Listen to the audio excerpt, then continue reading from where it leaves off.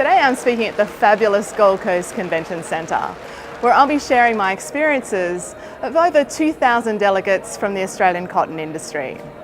Having grown up in regional Australia and married into a farming family, I understand the challenges of working in the agricultural industry and the vital role that our farmers play in our communities.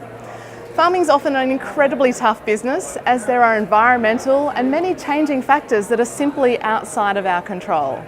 And right now in Australia, we're facing one of the worst droughts in history. Again, our farming communities are praying for rain and trying to find the resilience to get through. All the while, frustratingly, cotton prices are at record highs. So it's a heartbreaking situation. But I've been asked to give the opening keynote address today and share some of my experiences as a peacekeeper with the United Nations in Syria and Lebanon. I'll be drawing out lessons from my personal experiences of leading through crisis situations, how we build resilience in ourselves, our teams, our entire organisation, so that we can get through tough, changing and challenging times ahead.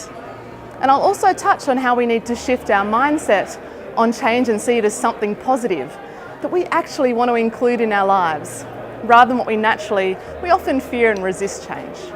So come on, let's get started. Our next speaker this morning is Major Matina Jewell. During her 15-year military career, she earned 8 war medals, and her life story is currently being made into a feature film. She grew up in regional New South Wales and married into a farming family, so she understands some of the challenges and the backgrounds that we're facing here today. To share her insights on leadership and resilience from some of the toughest environments on the earth, please welcome Matina Jewell.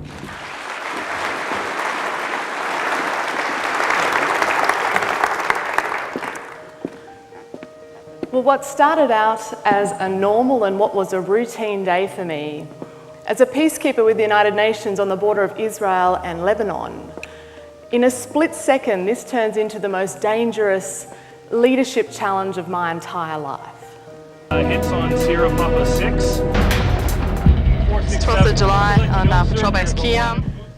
So it was me who made this decision. It was fully my call to push on in the face of a fighter jet attack and try and make a dash for that headquarters in Tiam. And you can probably imagine there were chaotic scenes on the roads of Lebanon by now. There were panicked civilian drivers also trying to reach shelter.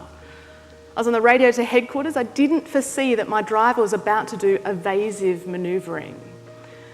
And there are no seatbelts in these particular UN vehicles. And I was thrown forward into the bulletproof windscreen of my armoured vehicle, breaking my back in 5 places. But despite the pain I was in, I knew that I had far bigger issues on my hands than my own injury. I knew I just somehow had to get the convoy rolling again, get us into headquarters as quick as I possibly could. You know, it took me many years to come to terms with the deaths of my teammates.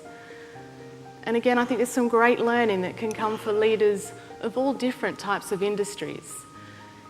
In that, during these times of crisis in our lives, you know, it's more important than ever for us to communicate with our people, particularly if we want to get them through a crisis period, out the other side, as a functioning, a cohesive team that's capable of being able to move forward and continue operating effectively into the future. My advice is to focus on your overarching purpose, because often it is that will combine and unite your people, get you through those difficult days so that you can at least get out the other side.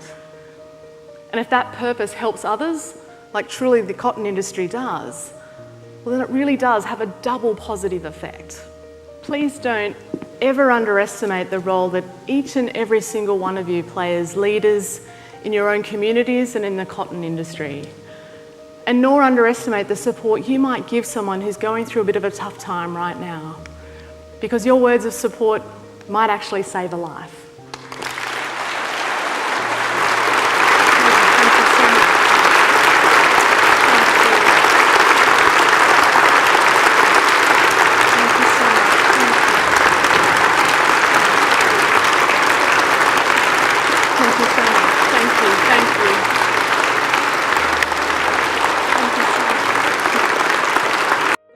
Another question here for Matina.